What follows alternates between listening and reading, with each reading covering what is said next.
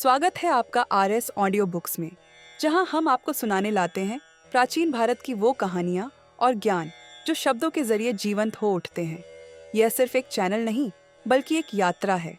एक ऐसी यात्रा जिसे महसूस करने के लिए आपको चाहिए सिर्फ अपने हेडफोन और खुली सोच। अपनी आंखें बंद करें और हमारे साथ सामवेद की इस अद्भुत दुनिया में प्रवेश करें। क्या आपने कभी सोचा है कि संगीत सिर्फ मनोरंजन नहीं, बल्कि आध्यात्म का एक रूप भी हो सकता है? संगीत जो आपको शांति दे, आपको ब्रह्मांड से जोड़ दे और आपको खुद से मिलवाए। सामवेद यही करता है। यह वेद हमें सिखाता है कि ध्वनि और संगीत में सिर्फ आनंद नहीं, बल्कि ईश्वर की अनुभूति भी छिपी होती है। सामवेद को संगीत का वेद भी कहा जाता है, लेकिन ये सिर्फ गीतों का संग्रह नहीं है। इसके पीछे एक गहरी कहानी और उद्देश्य है। तो चलिए सामवेद की इस यात्रा को शुरू करते हैं।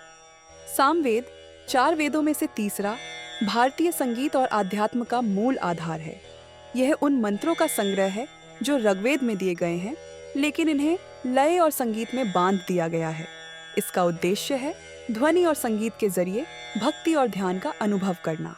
अगर आप प्राचीन यज्ञों की कल्पना करें, तो सामवेद उनमें गाए जाने वाले गीतों का स्रोत है। ये गीत सिर्फ यज्ञ का हिस्सा नहीं, बल्कि ईश्वर के प्रति समर्पण की उच्चतम भावना को प्रकट करते हैं। अब शायद आपके मन में सवाल उठ रहा होगा कि आखिर सामवेद को इतना खास क्यों माना जाता है? क्या यह सिर्फ संगीत का एक रूप है, या इसके पीछे कुछ और छिपा है? चलिए इसे समझते हैं। क्या आप जानते हैं कि सामवेद को भारतीय शास्त्रीय संगीत का जन्मदाता भी कहा जाता है? जी हाँ, यह वही वेद है जिसने नाद और स्वर की महत्ता को समझाया। सामवेद के अनुसार हर ध्वनि का एक अर्थ होता है और हर स्वर एक भावना को प्रकट करता है। क्या आपको लगता है कि संगीत सिर्फ मानव निर्मित है? सामवेद कहता है कि संगीत ब्रह्मांड का हिस्सा है। पवन की सरसराहट, पानी की लहरें, पक्षियों का गान, ये सब ईश्वर की बनाई ध्वनियां हैं। सामवेद इन्हीं प्राकृतिक ध्वनियों को अपने मंत्रों में समेटता है। सामवेद की संरचना इसे और भी दिलचस्प बनाती है।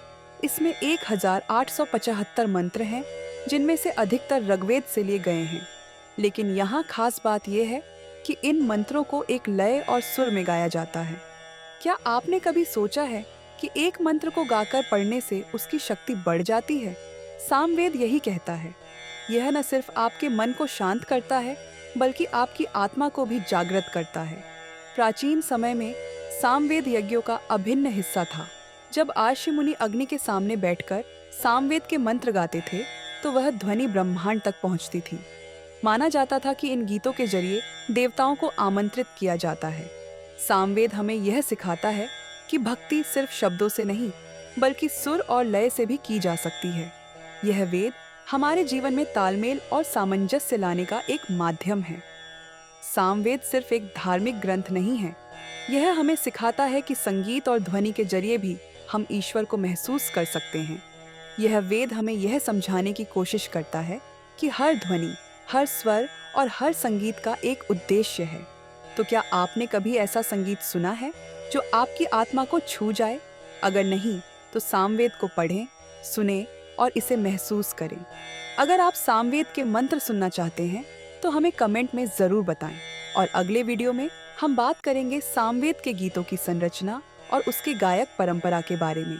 तब तक के लिए अपने हेडफोन पहने, आंखें बंद करें और हमारे अगले एपिसोड में एक और आध्यात्मिक यात्रा पर हमारे साथ चलें।